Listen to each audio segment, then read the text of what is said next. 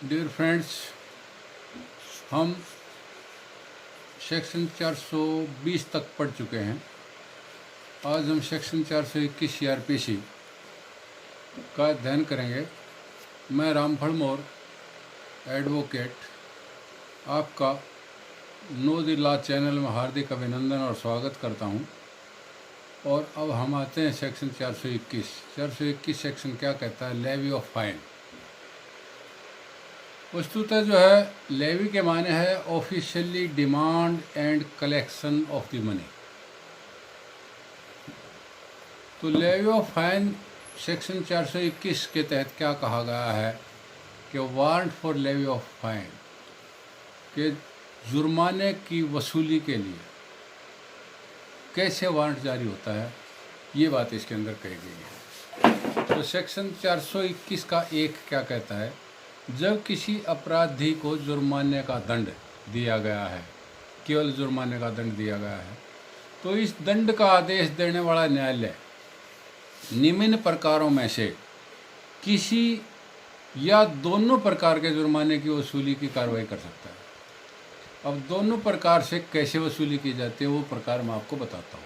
अर्थात अपराधी की जंगम के माने है मूवेबल संपत्ति की कुर्की और विक्रय के द्वारा रकम की उगाही करने के लिए वारंट जारी कर सकता है। यानी जो अपराधी की मूवेबल प्रॉपर्टी है that can be attached and sold, तो by attaching and selling that the warrant can be issued for recovery of fine, for levy of fine. ये जो है ए में कहा गया है। और बी के अंदर क्या कहा है कि डिफॉल्टर की जंगम या स्थावर, मूवेबल और इमूवेबल दोनों प्रकार की, मतलब चल या अचल, या दोनों से भू राजस्व एरियर ऑफ लैंड रेवेन्यू के रूप में रकम को वसूल करने के लिए जिले के कलेक्टर को ऑथराइज करते हुए वारंट जारी कर सकता है। यानी एक आदमी की ने डिफ़ॉल्ट कर दिया पैसे देने में, तो उसका डीसी को जो है लेटर लिखा जाएगा, वारंट दिया जाएगा कि उसकी चल अचल संपत्ति को लैंड रेवेन्यू एरियर मानते हुए, जो ये जुर्माना है इसको लैंड रेवेन्यू एरियर मानते हुए उसकी चल अचल संपत्ति से रिकवर किया जाए। तो इसमें एक प्रोवाइडेड दिया है। प्रोवाइडेड बहुत इम्पोर्टेंट है। यदि सेंटेंस ये दिखाती है कि जुर्माने की रकम की अदायगी न करने पर अपराधी को कारावास होगी, और यदि अपराधी ने डिफॉल्ट के बदले में ऐसा पूरा कारावास भुगत लिया, तो न्यायालय ऐसा वारंट जब तक जारी नहीं करेगा जब तक वह विशेष कारणों से लिखित में ना लिखे, और यदि यह जरूरी समझता है कि जब तक उसने जुर्माने में से एक्सपेंस या कंपनसेशन जो धारा 357 के अधीन आदेश दिया है, जुर्माने में से खर्च या कंपनसेशन अदा किया जाएगा। इस धारा के साथ धारा 357 का पढ़ना जरूरी है। 357 के अंदर क्या कहा गया है कि किस प्रकार से जुर्माना या कंपनसेशन फाइन में से दिया जाएगा। अब 421 का 2 क्या कहता है कि राज्य सरकार इस बारे कानून बना सकती है कि सब सेक्शन 1 के तहत जारी किया गया वारंट कैसे एग्जीक्यूट होगा, और ऐसे वारंट की एग्जीक्यूशन में कुर्क की गई जायदाद के बारे में जो अपराधी से अलग किसी दूसरे आदमी के ने क्लेम किया है, तो उस क्लेम को समरी तरीके से डिटरमाइन कर सकती है। जैसे चल या अचल संपत्ति अटैच कर दी और उसकी बोली देनी है, एक तीसरा आदमी आकर के कहता है कि जी ये तो मेरी ज़मीन है, ये इसकी नहीं है। सपोज कि उस आदमी ने वो ज़मीन जो है मुकदमे का फैसला होने से पहले ही किसी को ट्रांसफ़र कर दी थी। मुकदमा होने से पहले, सब बोल रहा हूँ मैं, ना कि दौरान मुकदमा होने से पहले ट्रांसफ़र कर दी थी, और उस आदमी ने उसका म्यूटेशन वगैरह दर्ज नहीं करवाया, and that is coming in the name of that very person, जिसके खिलाफ जो है जुर्माने की वसूली होनी है, तो फिर वो तीसरा आदमी आकर के कहता है कि ये संपत्ति तो मेरी है, तो ये समरीली डिसाइड किया जाएगा। और मतलब उन क्लेम्स का डिटरमाइन पहले किया जाएगा। और ये 421 का 3 क्या कहता है कि जहाँ उपधारा 1 ख के अधीन कलेक्टर को वारंट जारी किया जाता है, वहाँ कलेक्टर उस रकम को एरियर ऑफ लैंड रेवेन्यू की विधि अनुसार वसूल करेगा, मानो ऐसा वारंट किसी विधि के अधीन जारी किया गया प्रमाण पत्र हो। अब इसमें एक बात और कही गई है, किंतु इस तरह का वारंट अपराधी की गिरफ्तारी या कारावास द्वारा एग्जीक्यूट नहीं किया जा सकता, क्योंकि जब चल अचल संपत्ति की बात है तो उस चल अचल संपत्ति से रिकवरी की जाएगी। ये नहीं कि उसको अरेस्ट कर उसको जेल में डाल दिया जाए या उसकी गिरफ्तारी करके कारावास में डाल दिया जाए उससे।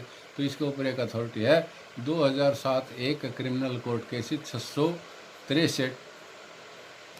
ये अथॉरिटी क्या कहती है, केरला हाई कोर्ट की अथॉरिटी है कि recovery can only be by attachment from the और sale from the movable property. अब 422 क्या कहता है, इफेक्ट ऑफ सच वारंट, ऐसे वारंट का क्या प्रभाव होगा। जब कोई वारंट धारा 421(1) के तहत जारी किया गया है तो वह उस न्यायालय की लोकल ज्यूरिडिक्शन में एग्जीक्यूट होगा, और यह ऐसी ज्यूरिडिक्शन के बाहर हो तो उसकी कुर्की और विक्रय उस दिशा में होगी जब प्रॉपर्टी कलेक्टर के क्षेत्राधिकार में और उसने इंडोर किया हो, जैसे इंडोर्स उसने कर दिया हो। जैसे गोहाना कोर्ट के एसडीजेएम ने वारंट जारी कर दिया और कलेक्टर सोनीपत को भेज दिया, और उस आदमी की जायदाद गोहाना के एरिया में ना होकर के सोनीपत के एरिया में, यानी मान लिया पेनाना गांव में है, जो सोनीपत की ज्यूरिडिक्शन में आता है। तो इसलिए वो डीसी यानी कलेक्टर उसको एंडोर्स कर देगा, और उस एंडोर्समेंट के आधार पर यह माना जाएगा कि वो उसी तरीके से जैसे ज्यूरिडिक्शन में एग्जीक्यूट किया जाता है वहाँ एग्जीक्यूट किया जाएगा। अब 423 क्या कहता है, warrant for levy of the fine issued by court in any territory to which this code does not extend, यानी जहाँ पर यह कोड लागू नहीं होता, सीआरपीसी लागू नहीं होती, उस एरिया से लेवी करना है, रिकवर करना है फाइन को, और उसके लिए वारंट जारी होता है, तो उस स्थिति में क्या होगा। कहता है इस संहिता या कोई और कानून जो for the time being in force जो है लागू है, किसी अपराधी को ऐसी टेरिटरी में जहाँ यह कोड लागू नहीं, दंड न्यायालय ने जुर्माना देने का दंडादेश दिया है, तो दंडादेश देने वाली कोर्ट ऐसी रकम को ये मानते हुए कि वह एरियर ऑफ लैंड रेवेन्यू के रूप में बाकी है, उस कलेक्टर को ऑथराइज करेगा जहाँ ये एक्ट लागू होता है, और वह यह मानकर उसे धारा 421(1) के अधीन जारी किया वारंट मानकर वारंट को ऐसे एग्जीक्यूट करेगा मानो सब सेक्शन 3 के उपबंध लागू हो।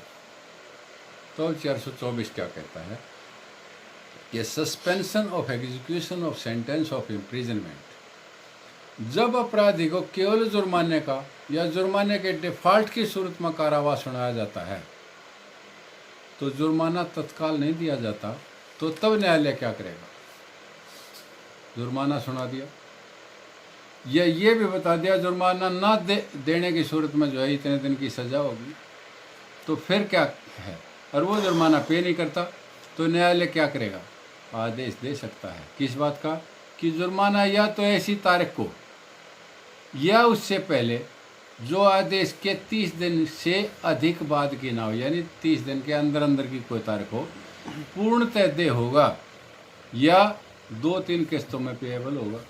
कोर्ट ये ऑर्डर दे सकती है कि 30 दिन से पहले पहले उस तारीख तक आप यह जुर्माना अदा करें, या उसकी किस्त बना सकती है, 2 या 3 किस्त बना सकती है कि उन 2 या 3 किस्तों में पेएबल होगा, जिससे पहली किस्त ऐसी तारीख को या उससे पहले दे होगी जो आदेश के दिन या तारीख से 30 दिन के अंदर हो, यानी 30 दिन से अधिक ना हो। और अन्य किस्त या किस्तें भी यथास्थिति इसी प्रकार 30 दिन से अधिक के अंतराल पर दे होंगी।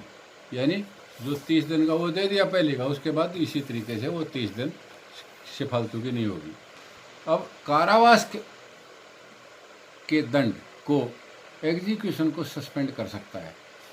बी क्या कहता है, ये बी के अंदर है कि जो कारावास का दंड दिया गया है उसकी एग्जीक्यूशन को सस्पेंड कर सकता है और अपराधी को विद श्योरिटी और विदाउट श्योरिटी का बॉन्ड भरवा कर इस शर्त पर छोड़ सकता है कि वो जुर्माना या उसकी किस्तें देने की तारीख या तारीखों को न्यायालय के सामने हाजिर होगा। जैसे जो पहले ये किस्त बनाने की बात हुई या 30 दिन का वो हुआ, तो बॉन्ड विद श्योरिटी या विदाउट श्योरिटी भरवा करके ये आदेश दे सकता है कि वो फला फला तारीख को जो है न्यायालय में हाजिर होगा और जुर्माना या किस्तें अदा ना करने की सूरत में न्यायालय कारावास की सेंटेंस को तुरंत लागू कर दिए जाने का निर्देश दे सकता है। तो ये दो बातें इस 424 एक के और ख में कही गई। अब 424 का 2 क्या कहता है कि उपधारा 1 उस मामले पर भी लागू होगी जिसमें किसी मनी पेमेंट का ऑर्डर किया गया हो और उसकी वसूली न होने पर कारावास का आदेश दिया गया हो।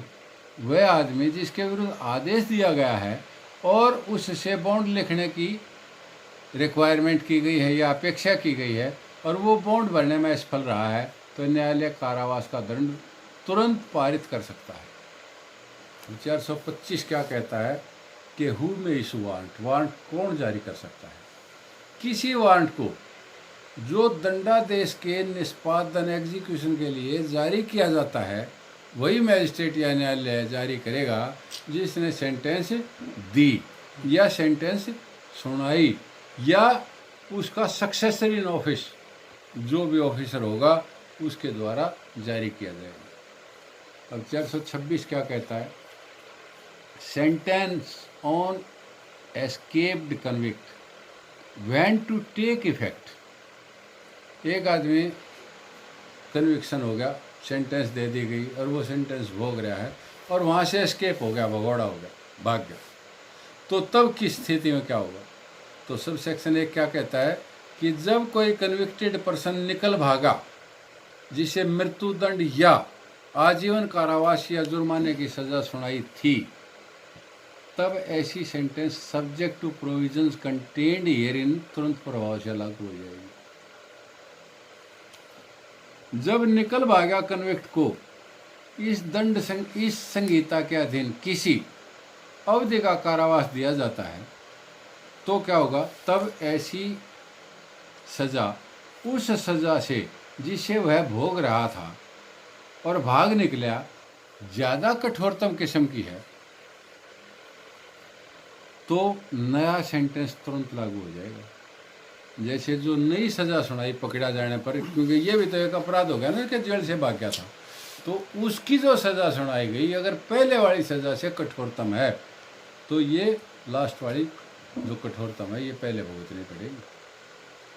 और दूसरे में क्या कहा ख में कि यदि ऐसा सेंटेंस कठोरतम नहीं है पहले वाले से तो निकल भाग्या उस वक्त जो भाग्या था नया दंडादेश उसके द्वारा उस अतिरिक्त अवधि के लिए कारावास भोग लेने के बाद प्रभावी होगा जो उसके निकल भागने के समय उससे पहले सेंटेंस जो बाकी बची थी के बराबर होगा।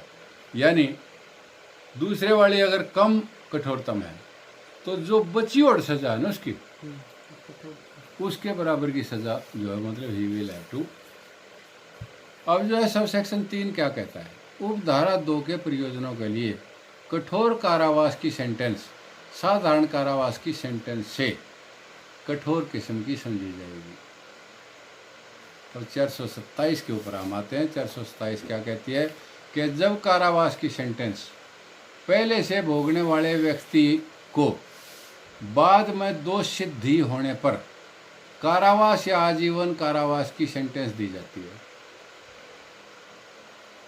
तब जब तक न्यायालय ये आदेश ना दे कि बाद की सजा पहले के साथ साथ भोगी जाएगी, अर्थात subsequent sentence shall run concurrently with such provisions, तो ऐसी सेंटेंस उस कारावास की समाप्ति पर शुरू होगी जिसके लिए पहले सेंटेंस हुआ था। यानी अगर जब तक ये बात नहीं लिख रखी ना कि कंकरेंटली चलेगी, तो फिर क्या होगा, ऐसी सेंटेंस उस कारावास की समाप्ति पर शुरू होगी जिसके लिए वो पहले सेंटेंस हुआ था।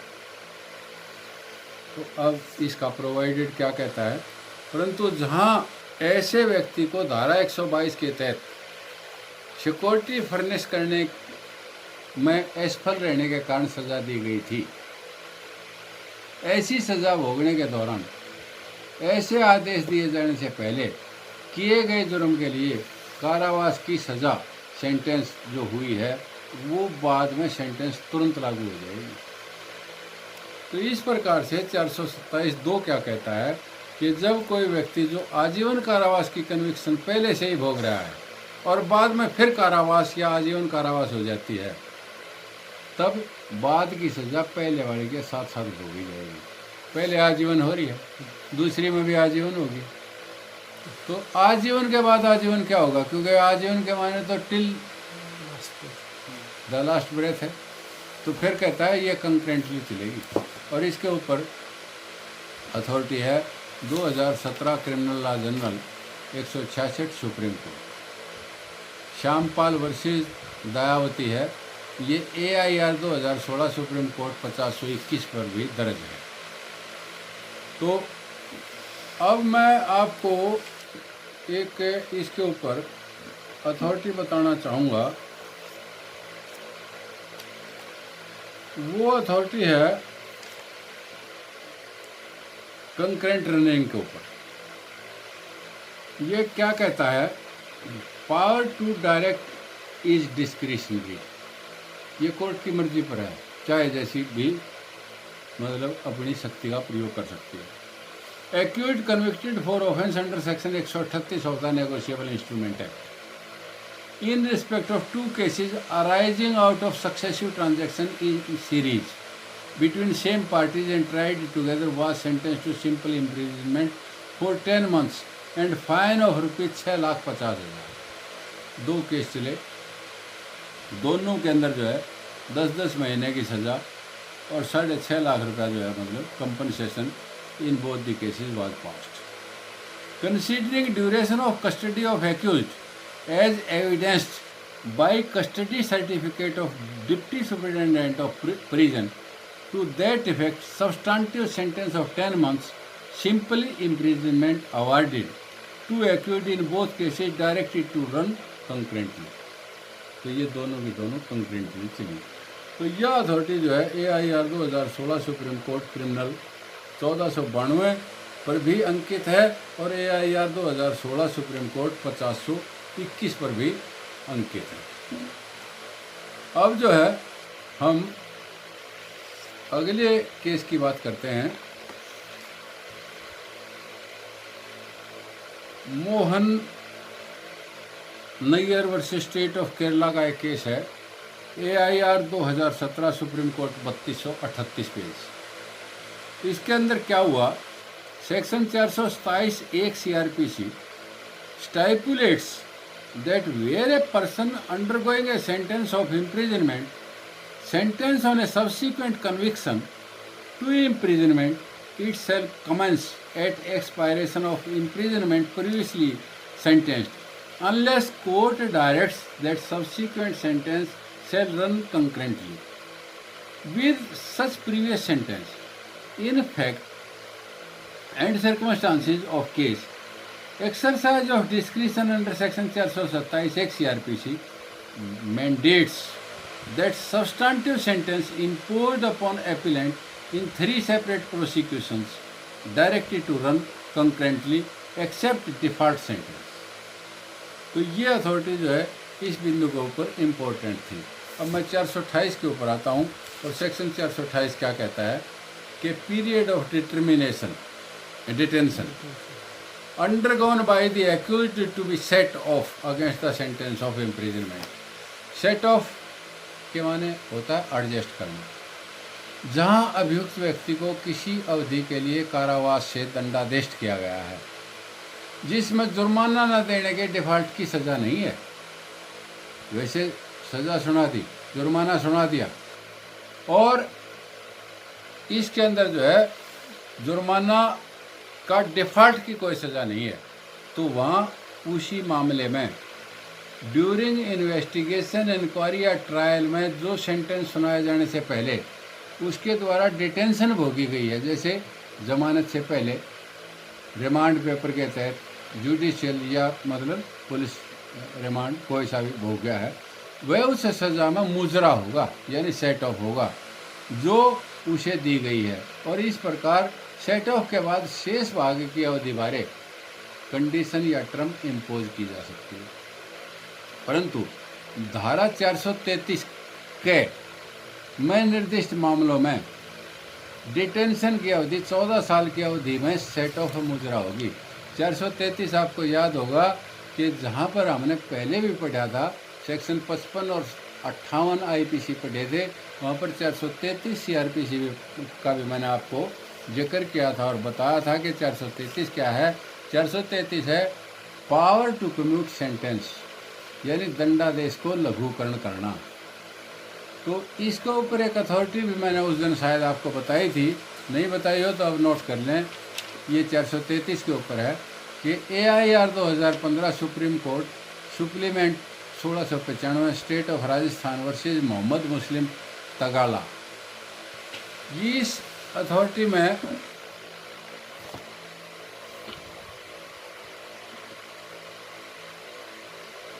क्या कहा गया है कि court can merely give a direction to appropriate government to consider case for commutation of sentence and nothing more. Supreme Court expressed extreme displeasure about the matter in which the public prosecutor made a concession in the High Court.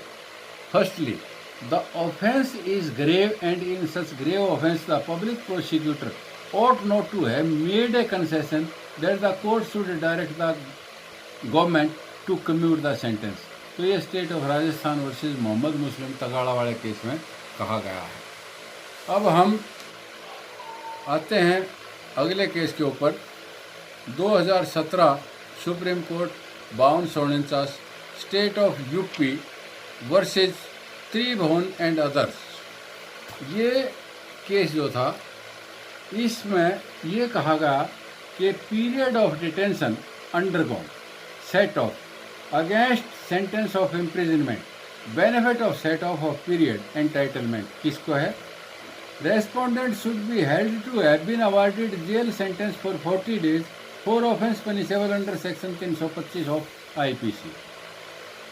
Respondent awarded punishment of imprisonment of 40 days with a fine of rupees 10,000 and in default of payment of fine to undergo 1 month rigorous imprisonment.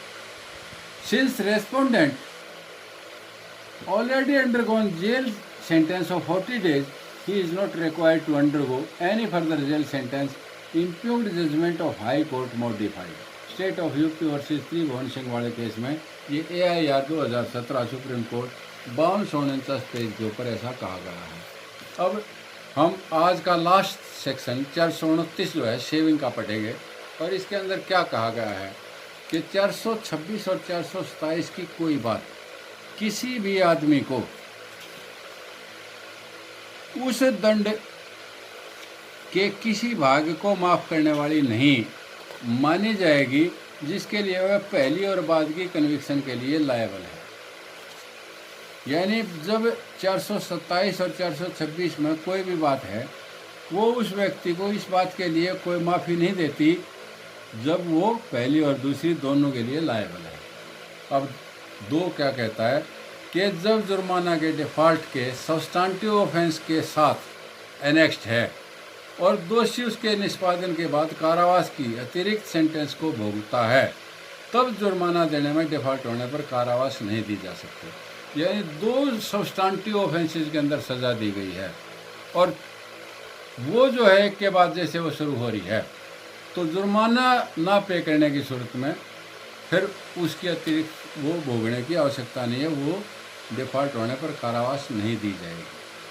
तो अब हम कल जो है section 430 से 435 तक करेंगे।